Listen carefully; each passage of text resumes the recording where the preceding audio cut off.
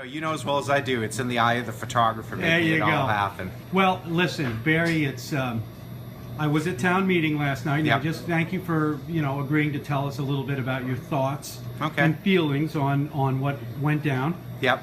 Well, how do you feel? I mean, you guys worked a long time to try to get that passed. I think there was a lot of things that went on last night, and tonight is going to be another interesting story to follow.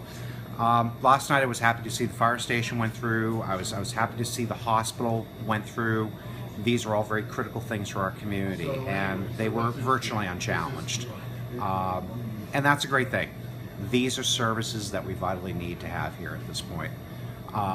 The school, again, that it's good to see that happening. We need to recognize that as well too. I mean, there were some troubling things that came up last night. I got to tell you, for one person, I'm glad the coastal erosion article that came up didn't happen, because that to me was going to be a constitutional nightmare. Mm-hmm. It needs to be looked at in a whole different way, but I don't want to dwell on that for too long. And of course, there was the lightning rod article last night, Article 53, which was dealing with the Richmond property. And I will tell you, it brought out a lot of things in this community that I was really quite surprised by. There was an undercurrent and an undertone that went on. Yeah. That was a little bit disturbing. But it doesn't surprise me, though. Well, it's just been left alone for so long. People are finally starting to talk about it. I understand that, but I felt like for some reason last night we lost a sense of our community. Really? Okay. I really do. Okay. Things that were troublesome to me was we all want housing that can be made affordable. But when offered solutions to try to deal with it, it seems like we're always shooting for the perfect. The good is a problem. And people always want that fine tune to that. And that concerns me. Well, what's the perfect to you? What is the perfect? Perfect one would be everyone has housing, we don't have to worry about things, and thank you very much, and it all meets their socioeconomic needs. Not going to happen. You have to bring a variety of solutions to the table. It's not going to work for everyone. But can you understand, though, why people voted it down? I mean, can you understand their position? I think the fact that, $700,000, let's call it, is not really affordable. And that people don't want to vote on something that they feel that is being maybe pushed too quickly. And you know what I'm saying? They didn't want to change the zoning for that reason. I understand that, but I think it was one of the better solutions that Richmond was willing to bring forward to the table. I mean, in the end analysis, you're probably looking at them netting an additional 15 to 20 houses on the site.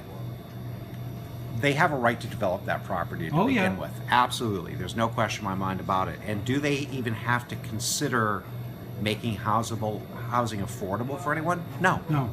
Absolutely not. So I thought they were very much on the right track. Okay. I really do. All right. I hate to say it, Nat Lowell was right. This is all about dirt. And you heard me say last night that as much as, I love open space on the island. I think we all do.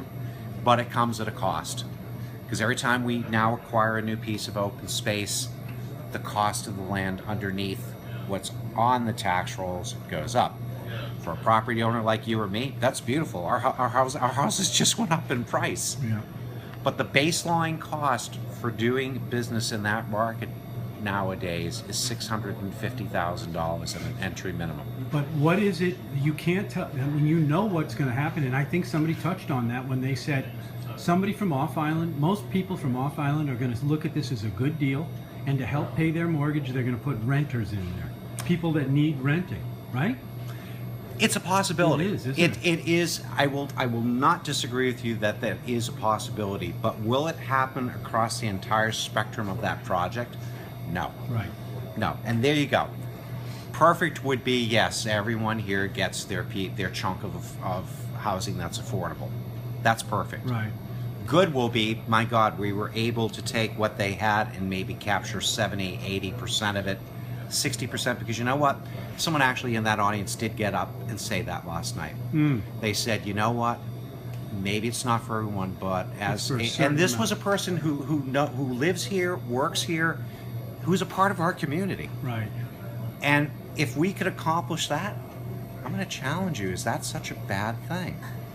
So I mean, was right this- on the fence, and I think a lot of people were, and Yeah. it was obvious in the vote. It was Yeah. almost even. But you have to understand with something like this as well. Yeah. Before the plans can be given in their absolute, the zoning has to occur first. There's the key behind it. The zoning is going It's to gotta occur be first. there. Yes, it Yeah. really does. For them to have confidence to move to the next stage. And like I said too, they can do this by right. I wish the zoning had passed, because now the next thing is they'd be before the planning board with public hearings. Here's where the pedal comes. Here's Yeah. where the true metal or the What do true you think rubber they're hits going to the do road. now? I don't know. I don't know. I think they have had other ideas. They're gonna Yeah. they're gonna hang back and reevaluate. Yeah. I'm gonna say I'm not sure they want to wait a year. We'll see. Time will tell. Yeah. Okay. And there's your next story coming up, Gino. What will they do in the future? You got it. You know? Thank you, Barry. Gino, always a pleasure. See you tonight. You got a deal.